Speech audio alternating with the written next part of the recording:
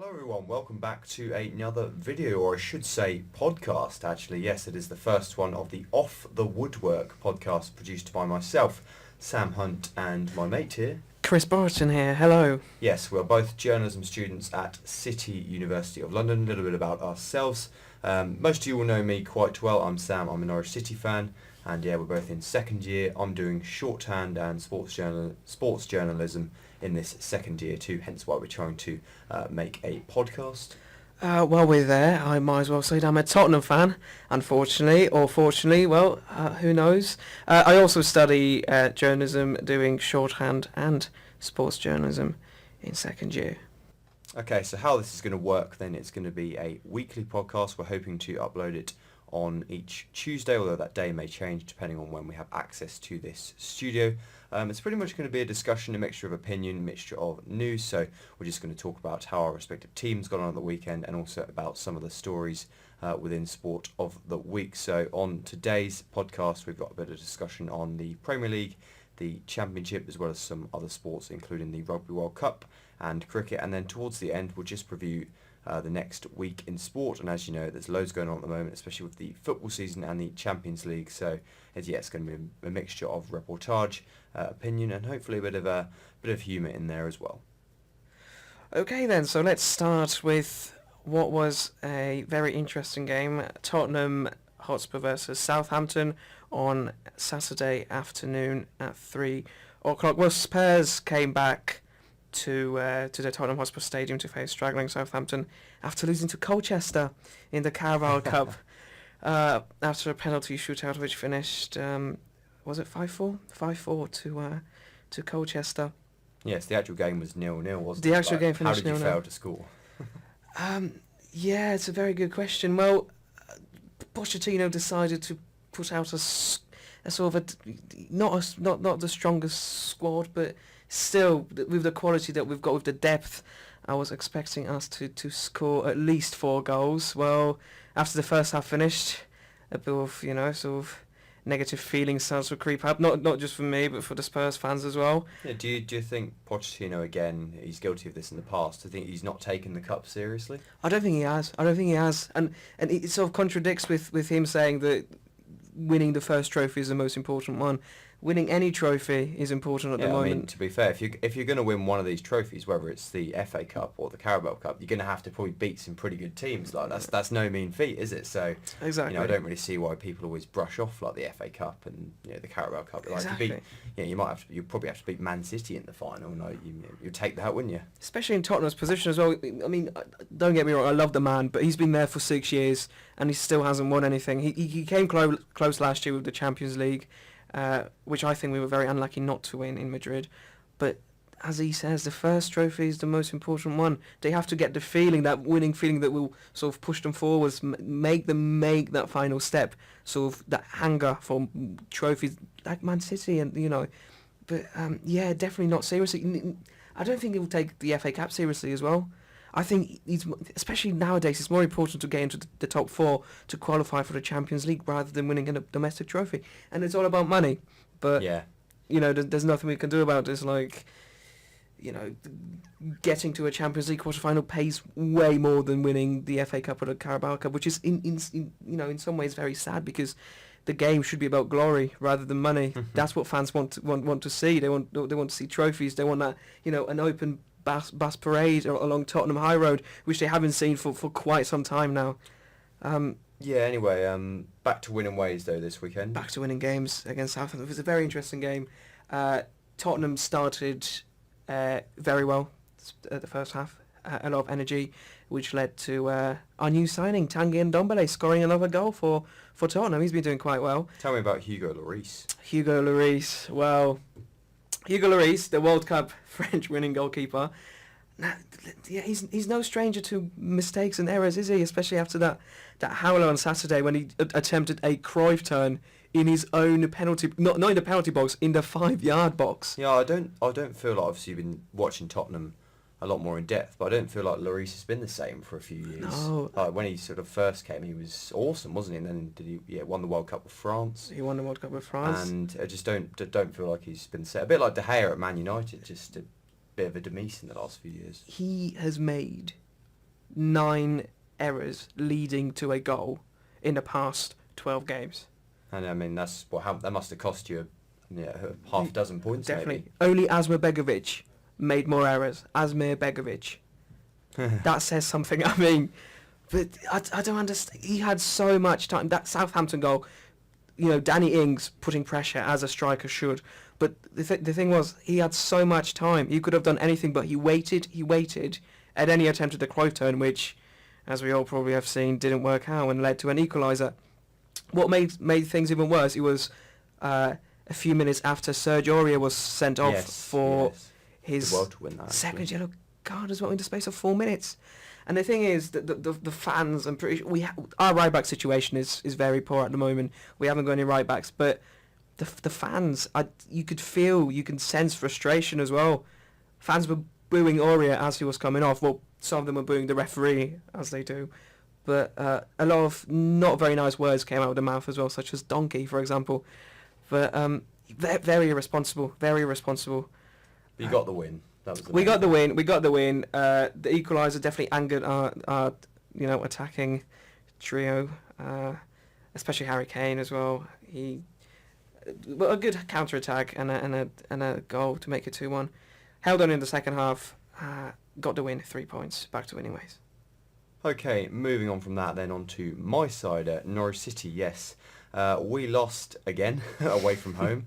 Now lost all 4 away games this season, or actually all 5 if you include that defeat to Crawley in the League Cup. And we lost to Crystal Palace this weekend. I wasn't confident going into the game, and our record at Selhurst Park is appalling. I think we've failed to win there in the last 16 times now, so no sign of that changing soon.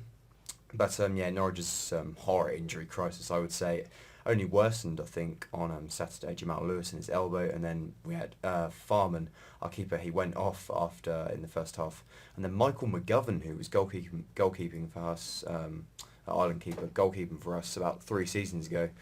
He's not great. He came on. I mean, having him in the Premier League, it is a bit worrying, especially at the moment with Tim Krul injured. But hopefully Krul will be back for the other side of the international break. So, no goals scored either, so a bit worried there. I mean, we beat Man City 3-2. I mean, don't get me wrong, that was amazing. I'd almost, if you'd have offered me the win against Man City and then to lose the next 2 games, I'd almost take that, actually. That was just insane. And I think with the fixtures we've had so far, we've played Liverpool away first game, Chelsea at home, West Ham away is a tough game. And then Man City at home. I think to have 6 points after 7 games is not really any disaster, and as the table shows, it's not like we're right sort of down in trouble already, unlike Watford. But next week, massive game. Aston Villa at home, another team who've dropped a ton of winning points this season. Also not had much good luck with VAR either, but I think that might be one of those games. If you watched Norwich last season, we had loads of games just full of goals. Like, we scored a lot of goals, but we also conceded loads too. So it might be one of those games where both teams just attack, and it finishes like 4-3 or 3-3. But hopefully we'll be on the right side of that and we can get the 3 points at home. I think in the Prem, well, especially towards the bottom of the table, it's the home games you've got to win, really, to stay up. Whereas I'd say probably for you, Kris, for Spurs, you're probably looking at the away games as the ones definitely. You need to get points out of. Especially against the top 6. For you, it's just crossing that magical 40 points boundary. Maybe even less. Maybe even less. But it must be quite painful, though. I mean, but you definitely showed what you're capable of in the Man City game. Your attack, your defence as well. Mind you, with your injuries as well, the players are going to start to come back. This is probably the worst moment of the season for you at the moment, with so many players out at the same time. As they start coming back, I reckon you'll be just fine. I reckon you'll cross that 40 point boundary and you will stay up in this crucial season, the Premier League. Yes, it is a long season. We've got to remember that. We're only 7 games in so far. So the rest of the Premier League then. Tell me about Dean Henderson's error in Sheffield United against Liverpool. Liverpool got away with that one 100%. As the Sheffield manager said after the game, if he wants to play at this high level, he is not allowed to make those kind of mistakes. It's an easy save. He should be keeping that in his hands all day long. But then again, you know, as they say, to win titles you have to have a bit of luck, which Liverpool seem to have a lot of this season. Can't be good, be lucky, and for Liverpool it's 7 games, 7 wins. Exactly. Great start for them. Manchester City keeping up with the pace, just about, still 5 points behind. They beat Everton 3-1 at Goodison Park. Wolves ended their winless streak by beating the other winless team in the league, Watford. An interesting one, Wolves. Great season last season. Yep. Not started so well this season, but they have had the Europa League. That seems to be the common denominator, doesn't it? It does. I was just with Burnley last season as well, 2 seasons ago. Wolves seem to be doing quite well in the Europa League qualifiers. They beat Torino in the last round as well, which was quite impressive. But then it came to the group stages and they lost at home to Braga 1-0, which was quite a surprise for me, I have to be honest. And that clearly has affected their Premier League form, which, as we've seen with the smaller teams in the Premier League, they're not capable of that rotation compared to bigger teams from the top 6. Yeah, I think as for Wolves fans themselves, I think they might actually take having possibly a worse off season in the Prem, but having a run in Europe because if they finish mid-table in the Prem, they stay up. It's kind of like they will stay up, but it's no really kind of big deal. There's not always that much difference between finishing 8th than finishing like 16th or something. And if they have a run in Europe, I mean, you can produce some amazing times, travel to a load of different places. And, exactly. But yeah, I'm sure Wolves' season will get firmly back on track. Another one is Leicester. They're doing very, very, very well, I have to say. 14 points after 7 games. Goal difference +8 as well, right at the top with Liverpool and Manchester City. Yeah, they look like a team playing with so much confidence. Like, I know obviously Newcastle had that red card and that nasty tackle, but you know teams make it harder when they're going up to 10 men. But Leicester just bulldozed them, showed no mercy, got goals at the start of the second half, and 5-0. So you can't really argue with that, can you? They showed that in the Tottenham game as well. I mean, 2-1 at home, going 1-0, 1-0 down at home, and then sort of, conceding at the second goal, which was ruled out by VAR, unfortunately for me. But yeah, they're doing incredibly well this season, and it should be interesting to see how it develops as the season progresses. But I think they could get into the top 4 this season. Bold claim, but I think if they keep it up, they might be able to do just that. Okay, next up, something that we're going to discuss every week: fantasy football. Not such a good week for you this time, Kris. It was a terrible week. I got.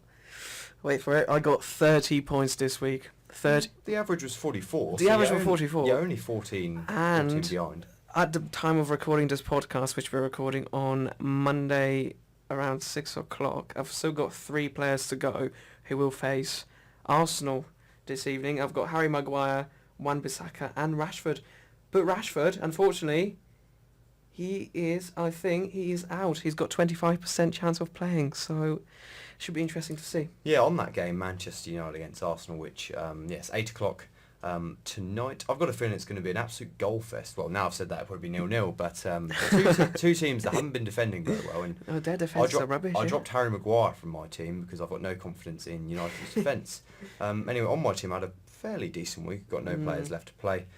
68 points for me. Just to quickly go through that. Edison in goal, 4 points. Defence did alright. Robertson, Walker and Willy Bolly, 6, 2 and 7 respectively. Midfield again pretty average. Felipe Anderson, Mount, Zaha and Grealish, 5, 6, 6, 2. And then up front had a good week. Harry Kane as captain. Has a good record against Southampton, doesn't he? That's why I put that there. Yeah. He got a goal and a couple of bonus points. Timu Pukki, because why not, but he didn't score this week. If anyone's going to score for us, it's him. It will be Timu Pukki. And then Jamie Vardy yesterday, he got a couple of goals and a couple of bonus points, so 12 for him. 68, so a decent week for me. In the league I'm in, I'm 6th though. But above average, that's for sure. Only about 40 points off the top. It's just still early days, game week 7. Very, very close. Very, very close indeed. Mine was not as good. I had Patricia in goal, he got me 9 points. Then on my defence, Wan-Bissaka, Maguire and Zinchenko, we got 2 points. In midfield, I had Maddison, Neves, Mane and Sissoko. Maddison was injured, he did not play this week. Neves got me 1 point. Mane, captain, 6 points, disappointed, just like the rest of the Liverpool team who got away, luckily with all 3 points. And we said Sissoko 2 points, switched to right back after Aurier got sent off, and he did quite well. In attack, Jimenez of Wolves, Harry Kane and Rashford. Harry Kane 8 points and Jimenez 2 points. Rashford out with an injury against Arsenal. Moving on from the Premier League then to the Championship. Probably still my preferred league actually over the Premier League, but then I would say that after the season that Norwich had last season. Very, very close in the table. Incredibly in the close. Premier League, just 3 points I believe between West Brom in first place and QPR in ninth. Yes, West Brom after beating QPR got themselves up to 19 points, and QPR on 16 points. Leeds, they got beaten by Charlton this week 1-0, and Charlton, another team promoted, enjoying an impressive start to the season. The other results were as follows: Luton, a good away win for them at Blackburn. Derby, after the week they've had, a home win against Birmingham 3-2. Huddersfield 1-1 against Mill. I mean, what's happened to Huddersfield? I mean, they stayed up, didn't they? They stayed up after under David Wagner. That's unbelievable, wasn't it? He did well to get them promoted, and then even better to keep them up. But last season they just fell behind really early and never really looked like surviving. And then this season they've almost had the Sunderland effect. Like they're in danger of becoming another Sunderland. Yeah, exactly. They've got 2 points after 9 games as well, minus 10 goal difference. It's not going well for the Terriers, that's for sure. Okay, other results: Hull 2-2 draw with Cardiff. Middlesbrough, another team who've been up there in recent years but struggling at the moment. 4-1 home defeat to Sheffield Wednesday. Preston and Bristol City, 2 teams is in that top 9. 3-3 they drew. Entertaining game. There's one thing you always get in the Championship: plenty of goals and some pretty rollercoaster games. I can name many from last season. And then Swansea, another team up there, drew 1-1 at home to Reading. Yeah, the league is definitely tight, but it always is. And if the most exciting thing about the Championship is that it stays like that throughout the season. Even towards the end of the season, there's still not very many points separating top teams and bottom teams as well. Yeah, the Championship, we've obviously found in the last few years, it's just such a brutal league, really, because there's so many teams up there who you'd say on their day can be genuine promotion contenders. Definitely. And you have to be at it the whole season. You can't really afford to slip up at any point. You have to be sort of in that you get the odd team who has a great run of form at the end of the season and might sneak the playoffs, but if you want to be going for automatic promotion, you can't really afford to lose more than like 6 or 7 games. And I think last season Norwich lost 3 games in August and then lost about 2 until the rest of the season, and that's what got you you promoted. Do. Exactly. You have to be picking up points everywhere. Even draws sometimes are good enough. Well, talking of promotion, let's talk about Leeds United, aka the bottle jobs as always, every season. Again, had a very impressive start to the campaign. 5 games. They won 4 of the first 5 games in the Championship.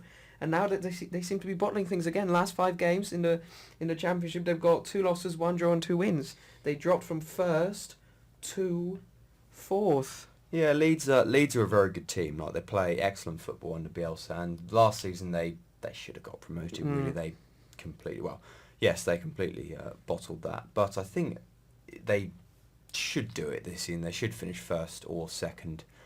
They're definitely good enough, one of the best teams in the league. But it's just kind of almost that reputation. They've almost got it in the back of their mind every time they go out like that. That playoff semi-final second leg against Derby last year. They were leading going into it. They took an early lead, and then just capitulated. It's just almost, pressure. It was isn't in the back of their mind, and pressure. That's just what it does to you. Sometimes we see it in every sport, and that's why we love sports so much. I guess because it can produce those magical moments. Do you think the expectations are too high?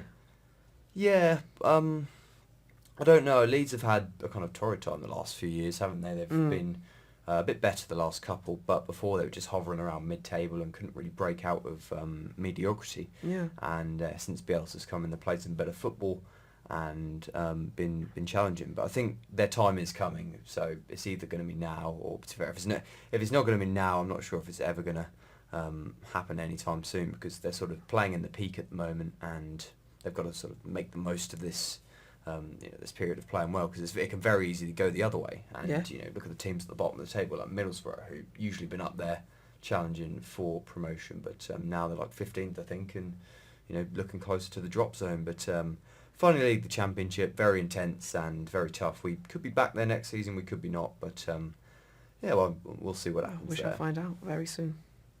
Okay, just looking at some of the news and the stories that have been going on in the last 7 days. Probably the big one coming from Derby County. Yes, an incident involving Derby County players Tom Lawrence and Mason Bennett. They were arrested for drink driving whilst the accident that they were involved in has potentially ruled defender Richard Keir out until 2020. So he's definitely going to miss the end of this season, and possibly even more. I think 15 months was the figure. So what's going on there? Yeah, it was supposed to be a club dinner, a sort of, all members of the club together, and some players, the ones you've mentioned, decided to stay out drinking late, and get involved in a car accident, which, surprisingly, it's just plain stupidity. Surely you get a cab home or something. You would, surely there would be someone or organised lifts home, but they just. And I'm sure they're not short of money either. It's just. For me, it's just plain stupidity. And, the club said they're all going to be punished, but they're still going to help them with rehabilitation. But they've lost their captain until the end of the season. He's the captain of the team. He might not ever play for the club again. Doing things like this. What message does that send to other players? What does it say? I completely don't get it. For me, it's just plain stupidity. Yes. Okay. Looking at some of the news today. Cardiff ordered to pay 5.3 million to Nantes for Salah transfer. Yeah. That's just kind of one of those situations where nobody can win, can they? Yeah, it's very sad. A death of a player, it's a death of anyone. But it's a very difficult situation to deal with as well. I mean, I think Cardiff are doing the right thing by paying Nantes the 6 million for the player. Okay, a bit of injury news. West Ham's Fabianski out for 2 months. That's a big blow. Lucas Fabianski is one keeper that we all mocked in the past, if you remember. Yeah. I think it was his performance for Arsenal long time ago. But I think it's been superb for West Ham since. Pochettino. Jan Vertonghen important to Spurs project. Do you agree? Listen, he's a key part of our defence. Especially with Alderweireld, they've got that connection in the middle. But I think Alderweireld will go this summer. Vertonghen is also old. I don't know how much longer he can play at this level for Tottenham. It's going to be interesting to see how it develops. But in Poch we trust, as we say. Oh, and then this one, Kevin De Bruyne missing training for Manchester City and a doubt for their group match against Dinamo Zagreb on Tuesday. De Bruyne's been He's been amazing this season. He's been wonderful. He's been wonderful. His assists, his vision on the pitch is just remarkable. Yes, Man City have got a bit of an injury crisis themselves, actually. Yeah. John Stones absent, Aymeric Laporte absent. Do you think they're going to spend some money in January now? Open the checkbook and, well, they might need to if they want to. No, Man City, yes, they will. Yes, they will. The question is, they're all superstars as well. They have to integrate into the team, which is, well, at the moment it's definitely working, but we shall find out how it goes in the future. For this next little section then, if you don't know, you probably do know on my channel that me and Kris have done several different grounds other than Tottenham and Norwich. Yes, it's called the Ground Hopping Series. It got underway for this season. Last Saturday I went to Leyton Orient or Brisbane Road. On Saturday to watch Leyton Orient play Port Vale in League 2, and well, what a game I was treated to. It finished 3-0. Leyton Orient took the lead early on, and then Vale went 2-1 up with 2 quick goals towards the end of the first half. Leyton Orient pulled level in the second half, but then Vale, I thought they nicked it, to be honest. 85 minutes, great curling finish into the top corner, but as you get in the lower leagues, some of those bonkers games, this was one of them. Orient got themselves an equaliser in the 93rd minute, I believe, of 96, and as a neutral, can't really complain about that. Sounds like a brilliant game, yeah. Yeah, it's just what you get when you watch as a neutral. You don't really care what the result is. You just want to see entertaining football. I haven't been so lucky. There's no nerves. There's none of that. You just kind of watch it, and you don't necessarily cheer the goals that much, but you just kind of appreciate. Football's a wonderful sport, and sometimes not supporting a team is actually the way to go. But of course, we all know, and we all love our clubs. And on our ground hop experience, I went to about 14 last season. You came along to me. A couple of them went to Wembley, obviously. Yeah. Went to Brentford, went to Watford, went to Luton. Which one of those would you say was your favourite? I think my favourite was the Watford one. It was the most exciting game of all 4 that I went to. It finished 2-1 to Man City, but Watford were sort of putting a lot of pressure on City, and it was very tense. I felt nervous just for the Watford fans as well. It was interesting, but I haven't been as lucky as you have in terms of ground hopping, because every game I went to, it finished 2-0, maybe 1-0, but Luton was 4-0, wasn't it? Luton was 4-0. decent. Yeah, that was a decent game as well. But I'm hoping this season when we go to some of the places, it'll be just like the Leighton game, 3-0, 4-0, a lot of goals, a lot of excitement. Moving on to some other sports after that hefty discussion about the Premier League and football, but of course we'll be talking about that for the majority of the show each week, as there is so much on and there's even more coming up, and we will be getting to that towards the end of this podcast. Just moving on to a sport that has pretty much come to an end finally in England after a very, very long summer stretching from end of March to mid-September. Yes, a lot of people struggling to believe that they're still playing cricket in late September, and it was a dramatic finale actually. Essex needed to draw or beat Somerset to win the county championship, and it pretty much rained for 3 days straight, as it does in Taunton, and a lot of people saying yes, that's what's going to happen in September, but unfortunately I think rain's kind of part of the United Kingdom, isn't it? There's not really anything we can do about that. Yeah. But after losing I think 9 wickets in a session, 9 wickets for 39 runs, Essex just about held on, and they won the County Championship Division 1 to go with their T20 Blast double. And what a summer it was in cricket, really. Starting at the end of March with the County Championship, we had the Cricket World Cup, although to be fair, it didn't get that much coverage, to be honest, the Cricket World Cup. Like, speaking to some people, they didn't really, or people who didn't really like cricket that much, or not necessarily didn't like it, but weren't that interested. They said they didn't really notice the sort of the World Cup being on. For me, it was exactly. I'm not a fan of cricket, even though you've tried to convince me otherwise. You're not the first. Hasn't quite worked. You're not the first. I wasn't aware there was a World Cup. You didn't have that World Cup feeling. I mean, when England won, we sort of, it was on the news. It was on Channel 4. Yeah, exactly. exactly. None of it was on free-to-air TV, which was rubbish. But yeah, definitely not enough coverage. I don't think it was. The public were not aware that the World Cup was going on. Yeah, after that we had the Ashes, which was a 2-2 draw between England and Australia. Very hard-fought series, good standard of cricket too. And then we just had the T20 Finals Day and County Championship to end it. And to be fair, I was pretty exhausted after probably boring the hell out of people by tweeting about 20 times a day about cricket. But there was a lot of tweets, that's for sure. No, it's good. Like, I think I agree with some of them, but it's one of them. I think sports. So you could. I think you. With football, you could be this. You probably could tweet like 20 times a day if you wanted to. But definitely. I just kind of like to read what other people think, and but yeah, the cricket summer in England is over. Well, judging by the weather the last week, definitely is. They've got games against New Zealand and South Africa in winter, and then obviously the season will start again in probably about 6 months. Yeah, only about 6 months' time, to be honest. So that will probably come around quite quickly. It's quite short usually, the cricket season. It's only about 4 months, but it was a bit longer this year. But looking forward to the next one. Okay, next up, the Rugby World Cup in Japan going on at the moment. Probably about a third of the way through so far. England, they've made a good start to the tournament, won their first 2 games against Tonga and the USA to start the World Cup in solid fashion. The next game is against Argentina this Saturday. So far so good for England. So far so good. Can we go all the way? I think we can. Especially watching other teams, other contenders like New Zealand and Australia. I don't think they're that strong. I mean, Australia's last game, they lost to Wales 25-29. It was a very entertaining game. Wales managed to hold on.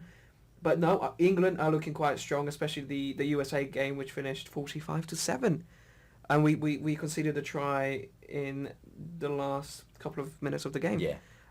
But yeah, definitely. What about Japan? Oh, what a major upset, wasn't it, against Ireland? Again, great for the hosts. One of those World Cup underdog stories, which we all love.